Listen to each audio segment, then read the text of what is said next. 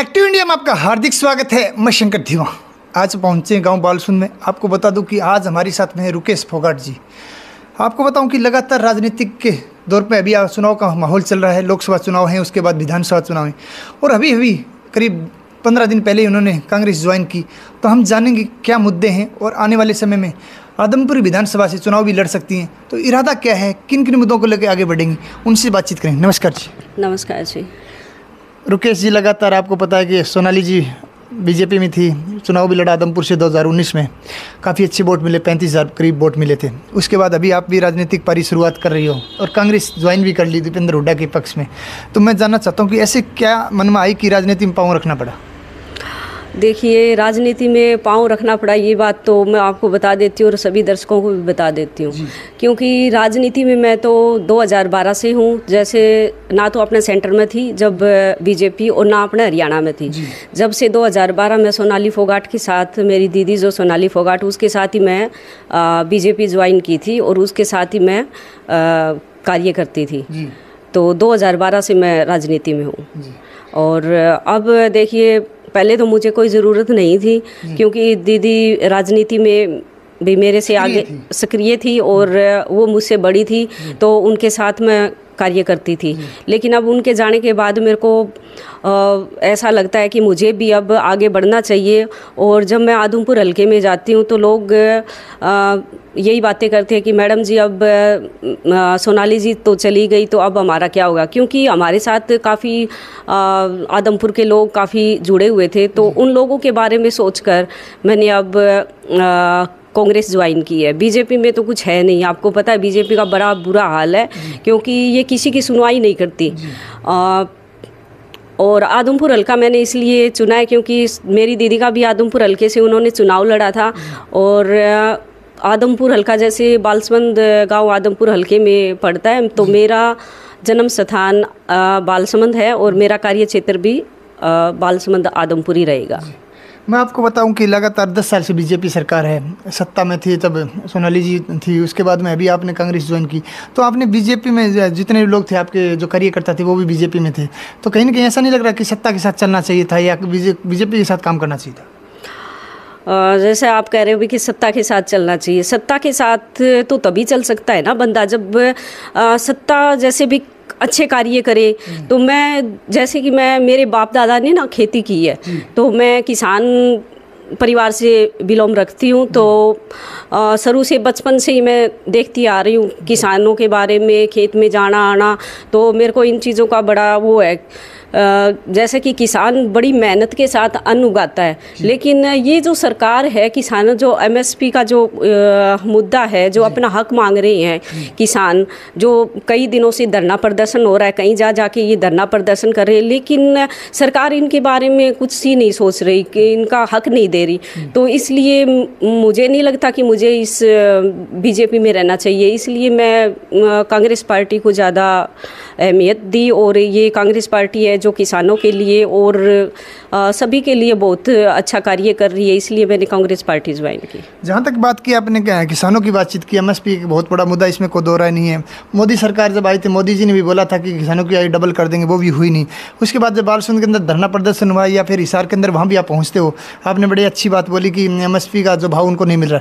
कहीं ना कहीं पानी की भी दिक्कत को लेकर काफ़ी लोग परेशान रहते हैं। आपको पता है कि यहाँ के मुख्यमंत्री भी रहे हैं, लेकिन पानी की समस्या को लेकर या वायुमंडल को लेकर भी किसान अपना हक मांगते हैं, लेकिन बीजेपी नहीं दे पा रही है। तो क्या आपका इरादा है कि यदि आपकी सरकार बनती है या खुद आप प्रत्याशी बनकर आदमपुर में आती है, तो सबसे पहले वायुमंडल मुद्दे पर बातचीत करें या किसानों को मुआवजा या हम एमएसपी दिलाने का काम करें?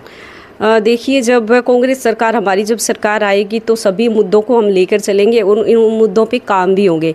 बीजेपी सरकार बस कहने की सरकार है, काम नहीं करती, बस बोल कर कहती है, जैसे काम तो कुछ करती नहीं। जैसे कि आपने एसवाईएल का मुद्दा बताया, ये अपने आप को डबल इंजन की सरकार बताती है, तो अब तक ये कुछ हुआ क्यों नहीं इसमें? जैसे मेरा जन्म बालसमंद में हुआ था, मैं कई सालों से जैसे मैंने होश संभाला है, जब से मैं देखती आ रही हूँ पानी की, क्योंकि ये जो आदमपुर का हल्का है, ये जैसे थोड़ा पिछड़ा हुआ हल्का है, पानी की समस्या है इसमें, तो इन पे क्यों नहीं ध्यान दे रहे? जब मैं ये बात देखती हूँ तो मुझे बड़ा दुख होता है। दूसरी एक और बात बता दूं कि आप जब कांग्रेस भवन में महिला सशक्तिकरण की बात करूं मैं, जब खिलाड़ियों को अपने जंतर मंतर पे घसीटा गया या मणिपुर का क्षेत्र हो, उसको लेकर भी आपने कांग्रेस भवन में जाके भी धरना प्रदर्शन भी किया था और सरकार के खिलाफ जुलूस भी निकाला। क्या बीजेपी सरकार, आपको लग रहा है कि महिला सशक्तिकरण, बेटी बचाओ बेटी पढ़ाओ का स्लोगन तो दे दिया लेकिन उसके ऊपर खरा नहीं उतर पाई? देखिए, मैं पहले भी कह चुकी हूँ कि बीजेपी सिर्फ नारे नारे लगाती है, इन पे अमल नहीं करती। इन्होंने नारे तो पता नहीं कितने दे दिए, बेटी बचाओ बेटी पढ़ाओ, पता नहीं क्या क्या नारे देती है, लेकिन इनके ऊपर काम कुछ नहीं करती। जो हमारी महिला खिलाड़ी है उनके ऊपर जो उन्होंने यौन शोषण का जो आरोप लगाया था पीछे जो 2023 में मार्च में, तो धरना प्रदर्शन भी बड़े ज़ोरों शोरों से चला था। लेकिन बीजेपी ने क्या किया, क्योंकि जो सत्ता में जो बैठे हैं वो बीजेपी के लोग हैं, उन पे कोई कार्रवाई नहीं हुई। तो बीजेपी सरकार अपने जो मंत्री संतरी है बस उनका ही सपोर्ट करती है और कुछ नहीं देखती, पब्लिक के बारे में कुछ नहीं सोचती। जो हमारे खिलाड़ी है जो गोल्ड मेडल जीत के लेके आते हैं, हमें उन पे गर्व होना चाहिए, लेकिन नहीं, बीजेपी सरकार कुछ नहीं सोचती उनके बारे में। दूसरा, एक शिक्षा को लेकर भी एक बड़ा एक आयाम छेड़ा जा रहा है कि शिक्षा के क्षेत्र में महिलाओं की अलग से स्कूल हो, कॉलेज हो और खासकर आने जाने के लिए ट्रांसपोर्ट हो, उस पर लेकर भी आपने कई बार अपनी सोशल मीडिया पे हैंडल पे आपने पोस्ट डाली है कि महिलाओं को सशक्तिकरण के लिए सबसे ज़रूरी है कि उनकी शिक्षा को लेकर आपका क्या कदम रहेगा? शिक्षा को लेकर देखिए, जैसे लड़कियों के लिए अलग कॉलेज होना चाहिए और उनके आने जाने की सुविधाएं भी अलग, जैसे लड़कियों की अलग बसें होनी चाहिए, लेकिन ऐसा कुछ नहीं है। वैसे मैं तो कई सालों से देख रही हूँ वही प्रॉब्लम आ रही है, लड़कियों को बैठने तक की भी जगह नहीं मिलती बसों में। मतलब बस सर्विस आपको लग रहा है कि बेहतरीन नहीं है, इससे यदि बसों को बढ़ाया जाए या शिक्षा के क्षेत्र में अलग से कॉलेज बनाए जाए तो और अच्छा हो सकता है। तो क्या आने वाले समय में हुड्डा सरकार या शैलजा की या रणजीत सुरजेवाला एक साथ मिलकर सरकार बनाते हो तो क्या ये मुद्दा अहम रहेगा, शिक्षा के क्षेत्र में काम किया जाए?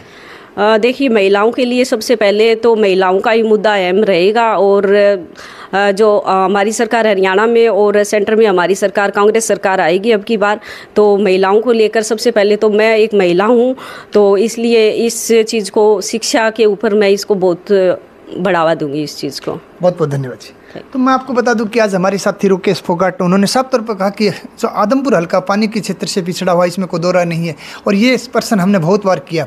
तो उसके बाद में सरकार की जहाँ तक बात करूँ, किसान विरोधी सरकार है।